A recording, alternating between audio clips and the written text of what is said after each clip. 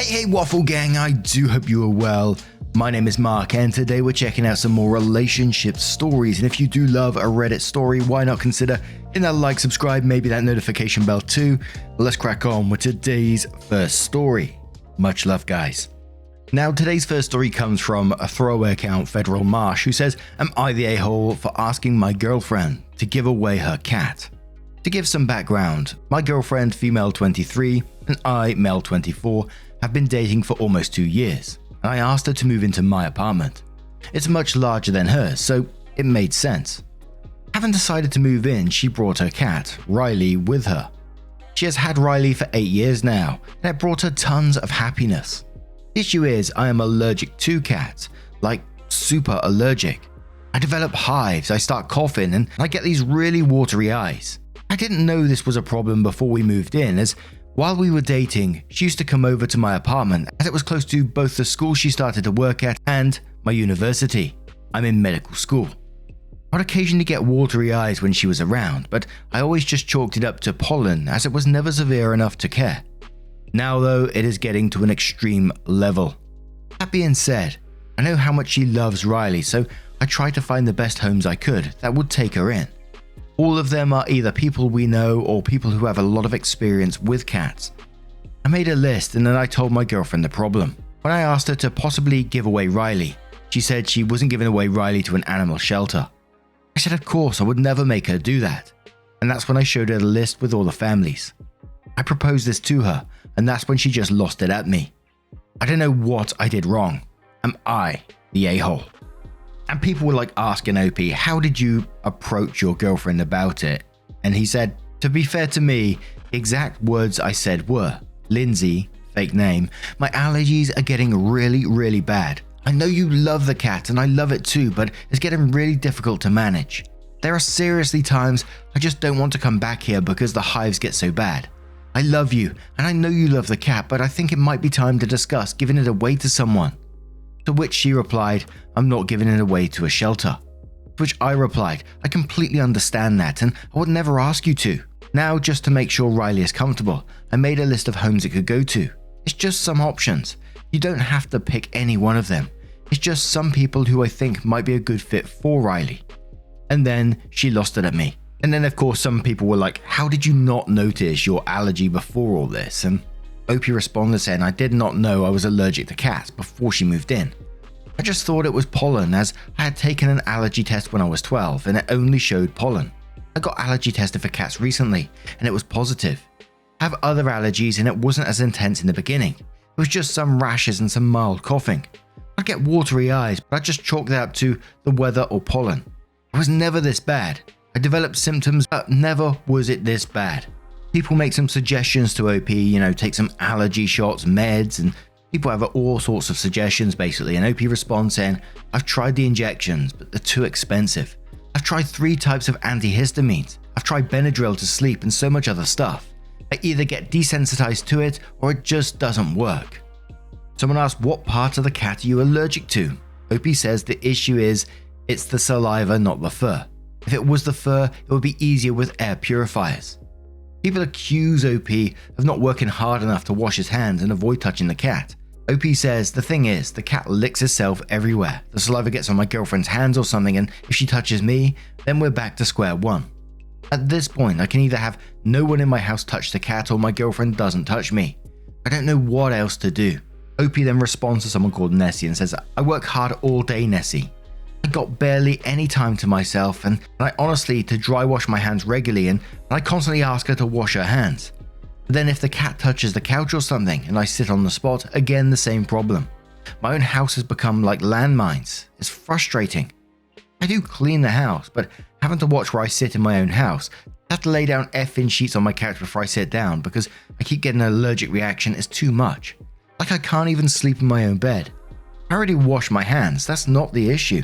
I just feel like my own house is a landmine field. People accuse OP of just not liking the cat and looking for a reason to get rid of Riley. OP responds and says, what the hell no. Riley, honest to God, has always been a nice cat.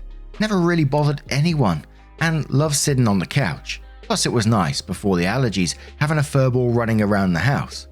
I honestly didn't mind the cat. It was never a big issue for me. It was like a bonus, but of course, it was never as dear to me as it was to her. Then there's one more thought on this post from OP who says, "Can I be honest with you? I'm really trying to understand, but I sincerely don't understand it. Like, I know she really loves the cat, but it feels like people treat their animals like their children. Like, to give a comparison, I had a mutt once, Max. He was the best dog ever, and I took care of him, made his meals and did everything for him till he died at 13. Now, I would be hurt if someone told me to give away Max, but honestly, if I knew it was going to, and I assume it means affect someone in the family, I don't think I would care as much. The other thing that I think is important is there may be cultural difference here that I may not be considering. I am Punjabi.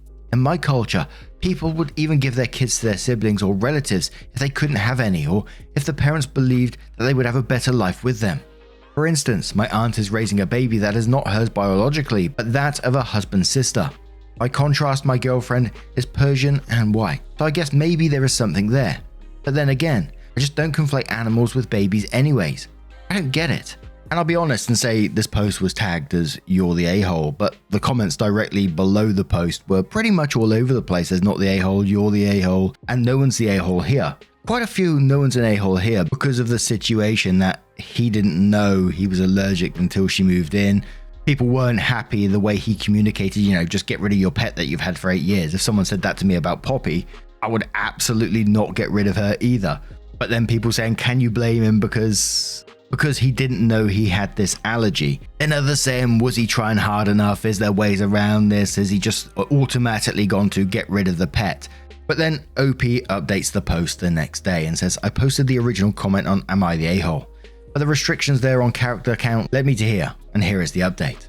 Alright, you guys have been messaging me for an update, and luckily it's all worked out. We had a 3-hour conversation. So firstly, I want to calm all of you. Riley is fine. She's back in her bed, and my girlfriend and I are fine. So after the Reddit post, she came back home and we had a talk. Firstly, I apologized. I didn't mean to use the list to corner her. I just wanted to make sure she was comfortable if it came to that sort of decision. She forgave me. I'm sometimes extremely pragmatic to the point of becoming unintentionally callous sometimes. It's something I'm working on. She also apologized for not being as responsive. My allergies are getting out of hand, and she said she felt awful for not having been more caring. She said she thought I was dealing with it, and it felt like what I said came out of nowhere. So then we sat down and had the hard talk. It was a difficult one, but due to the gravity of these allergies, she said she'd be okay with giving Riley to her parents to take care of. Then, because she was really sad about it, I said Riley can stay. A few Redditors had reached out and helped me make a more cohesive strategy. I worked with them and then a few friends to recalculate some finances. I've made a more concentrated strategy to fight this thing. Before I say it, please note I said that these were just my thoughts, and that if at any point she disagreed, we can completely scrap this. I'm trying not to make the same mistake twice. The following is a very, very condensed version. The original has costs of each and etc. The plan. We bathe Riley every 4 days. Reduced from 1 week down to 4 days. Change its diet to Purina Live Clear. Use Arm & Hammer dander reducing shampoo. Install an automatic litter box. I switched to levocetrazine, apologies on that pronunciation, if my allergist deems it necessary. Otherwise, I stay on desloratadine. Install the HEPA filters, 3. 1 in bedroom, 1 in living room/kitchen, 1 in the office. Make a no-go zone. Make sure the cat doesn't sit on the recliner. Go in the office or the bedroom. Also, keep it off the kitchen surface. Vacuum the house regular as well as use the vacuum steam cleaner regularly. Regularly use a damp cloth to clean the cat. Wash our hands regularly. Allergy shots. Although they haven't worked for me so far, I've been informed by an allergist that I may need to wait at least a couple more months to begin to see results. Pray to God that the bloody allergy shots kick in, so I can stop doing all this. Extra, Allopet. I did some research. Data shows that its benefits are not conclusive. It just seems it's no different to running a damp cloth on a cat, which I intend on doing anyway. If you have any suggestions, let them know. She liked it, although she felt maybe we should discuss some of the details. I'm doing the best I can and hope everything is better if I can get acclimated. And obviously there were some suggestions on OP's plan. One said that he shouldn't be bathing the cat that much, to which OP says, I'll hold off on it for now. I will ask the vet what the right course of action is for Riley, and I'll ask my allergist what the right course of action is as well. If they recommend bathing her every once a month, then I'll do that. If they say once a week, then that. And then the girlfriend actually replies to the post on the same account and says, hi, this is her. While I appreciate your input, I really do love him and he loves me. We're hoping the allergy shots become more effective and that this is a temporary arrangement. I know he can be a little blunt and overly pragmatic, but he truly has a very kind heart. Furthermore, I know he doesn't like showing it, but he does care for Riley. He called 12 different vets today to find out the answers to the bathing question, after everyone here recommended not bathing her every 4 days. Thank you for that. To be very honest with you, she is my best friend. She's been there with me for 8 years. I don't want to give her away. My boyfriend works very late and at times she's all the company I have. I know this will be hard, but I don't want her to be away from me. I also don't want to be away from him. I'm willing to put in the extra work and I'm going to try. I've already gotten the suggestion for waterless shampoo. We'll ask the vet if it's possibly a solution. Maybe we can use it on her instead of constantly bathing her. He's been trying the shots for 2 months now. The doctor said it could take anywhere from 4 to 8 months to kick in. We'll see how it goes. And I gotta be honest myself on this one. I'm trying to put myself in that situation. You know, I've got Poppy, my dad's dog, I brought her in. You know, she's always been a part of my life, even when she was at my dad's. And say I moved into a partner's house with Poppy and they had an allergy. I know for one that I wouldn't be able to get rid of Poppy like that. I wouldn't be able to give her to anyone else. She's a family member and that's all there is to it.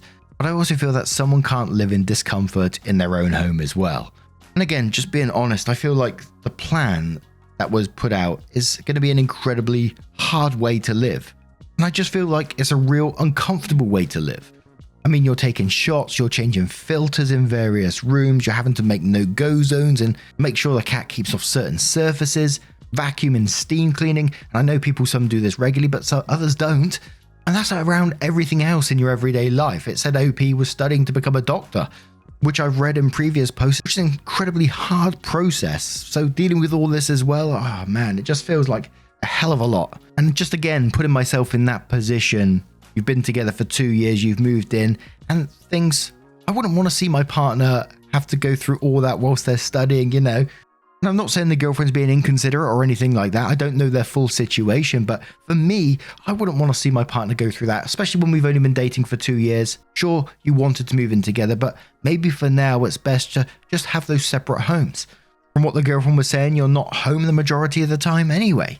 I don't know. I feel like I can see both sides on this one. Coming from the boyfriend side, I wouldn't want to see my partner get rid of their pet. But coming from the girlfriend side, I wouldn't want to see him suffer in his own space. And again, once again, because I know we've got a lot of pet fans here, I'm a huge pet lover as well, so. But now I'm going to turn this one to you guys. What do you guys make of this situation? Let me know your thoughts down in the comments below, and let's move on to another story, which comes from Curious Tutor 2002 and says, am I the a-hole? Sister-in-law wants to apologize 4 years later. Am I the a-hole? So, this one's a doozy. Buckle up, folks. So I met this woman, 34 at the time, call her Jess, when I was 28. My brother Kurt, 24, also worked with us. He's a married man at this point. Her and I started sleeping with each other with no real crazy strings attached, but certain agreements nonetheless. If you're sleeping with other people, let me know, etc., including a rule that she made, stating she'd never sleep with my brother. Well, a few months passed by and it's my birthday, so I threw a party at my house. Weirdly, Jess, my brother, and my brother's wife didn't show up and didn't answer any of my messages. Wouldn't you know it, Kurt was cheating on his wife with Jess. Not only did this create a tumultuous relationship with my brother, but I had to uproot my work environment for a new place. New friends. Jess lied and told people that we never did anything together, so they thought that I was the jerk. Then my parents even got involved and begged me, knowing what he did, to allow him to stay with me after his wife threw him out. Then Jess and Kurt get married. So now she's my sister-in-law. And in the 4+ years, she's never apologized. Kurt isn't the greatest there either. They have also never even attempted to be an aunt or uncle to their only nephew. In 4+ years, I think they've bought him one present, maybe two. They've never asked to visit, planned a day with him, or even FaceTime to say hi in 4 years. Now she sends me an email out of the blue, only after I've been saying for years how backcrap insane this all is, to apologize to me. She didn't even spell my wife's name right in the email, nor acknowledge her lack of even attempting to act like an aunt or a family member.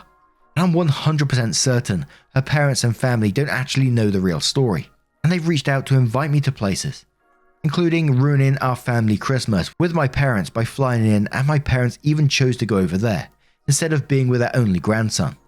Am I the a-hole for not supporting their marriage, attempts to have children, or general want for them to be around as a family in a way that could directly affect my family's life?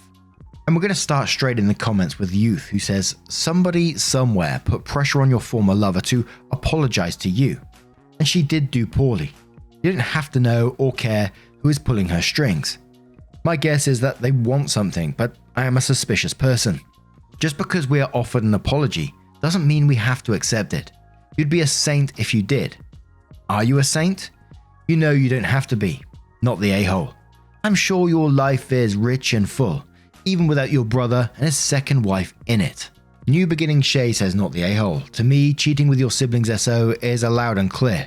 I don't care to keep you in my life anymore declaration.